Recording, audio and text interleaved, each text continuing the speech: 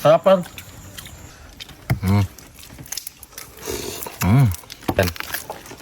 Taba. Kumain ito yung luto natin.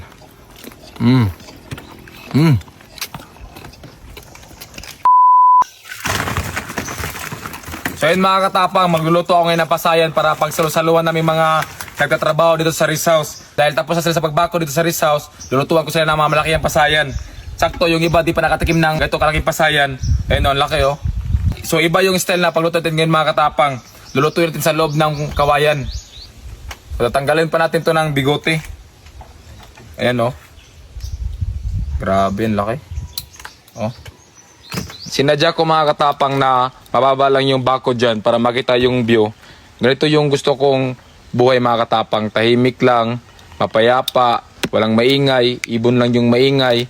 Tapos, ang sarap pa ng hangin, nakatanggal ng stress talaga. Dahil kumukulo na yung tubig natin sa kawayan, nilagay natin sa sangkap. Meron tayong sibuyas, radish, kamatis, talong, sili. Tapos meron tayong pure na sampalok. Tapos meron tayong kangkong. Tapos meron tayong sitaw. So tara, lagyan na natin to. Tig isang sibuyas lang kada kawayan. Ayan.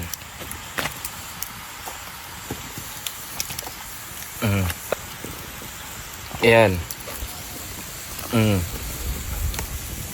Tapos, kamatis natin. Ayan, tig isang kamatis lang. Ang init. Ayan. Isusunod natin yung pasaya natin. Paano naman natin ito ng mga ilang minuto. Sunod na natin yung pasayan. Yan, di ko alam kung ilan yung kasya dito kasi sobrang laki ng pasayan eh. Yan, siguro 3, 2. Init. 3 lang kasya. Yan, okay na yan. 3 piraso lang, 4 naman to eh. Init.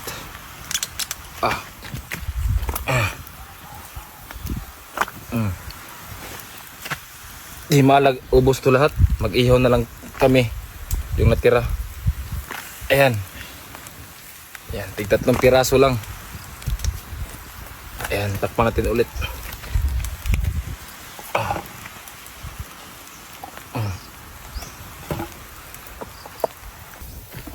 Ay, luto na. Ganda pagkaluto oh. Ayos. Ito yung panghuling sangkap natin. Pagkatapos, pwede na. Ayan, lagyan natin ng kangkong. Ayan. Talong. Ayan. Sampalok. Ayan. Ayan ang sili. Ayan. Init. Takpan natin ulit.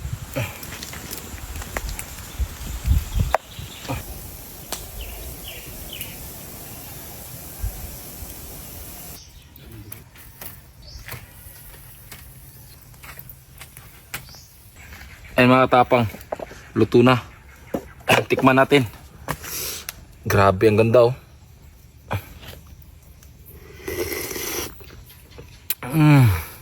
Grabe, sa sobrang sarap. Naalala ko yung sabi niya na di niya ako iiwan.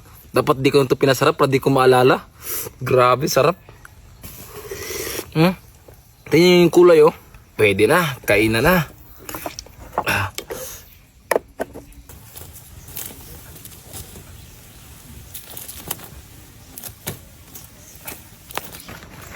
Ayan na, luto na yung sinigang namin sa loob ng kawayan. Na, paktay, sayang. Sige. May natira pa. Meron pa doon. Yung kanin. Ayan na oh, yung tingin ng kanin, luto ba? Lutong-luto yung kanin oh. Ganda pagkaluto. Ilagay nyo sa saging yung kanin. Ang bango. Tapos yung inihaw natin yan o, yung inihaw natin na shrimp, lagay mo dyan. Yan. Lord, thank you Lord sa blessings na binigay mo Lord. Salamat Lord na naluto ng mabuti yung niluto ko Lord. Makakain kaming lahat dito Lord. Thank you Lord. Amen. Amen. Okay, kain na na. Sarap. Tikman niyo yung sabaw. Meron pa dun meron pang 2 dun Yan. Sarap. Di pa nga mabot sa tiyan yung lasot, sarap na agad. Asim. Tigisa kayo. Ito. Ayan. Yan, tigisa kayo. Ito pa. Tikman nyo yung sabaw. Natikman nyo na? Tikman na. Gawa tayo pang intro. Balatan nyo yung pasahin nyo, tas sabay kayong ganon, tas subo. Okay, kain na. Sarap par. Okay lang yung pagkaluto ko? Sarap. Bawa.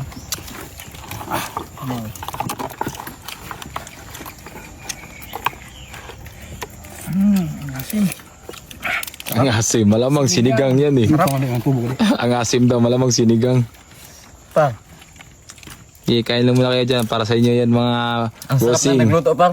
Ang sarap na nagluto. Yan yung gusto ko marinig. Ang sarap na. Oh, ang bagal Sarap na nyo. nagluto. Ang sarap na nagluto par.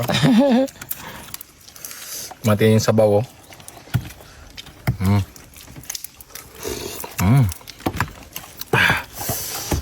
Yung pasayan. Taba. Ganyan no. Ganyan lang yung paglinis oh. Yan oh. Kumain itong luto natin.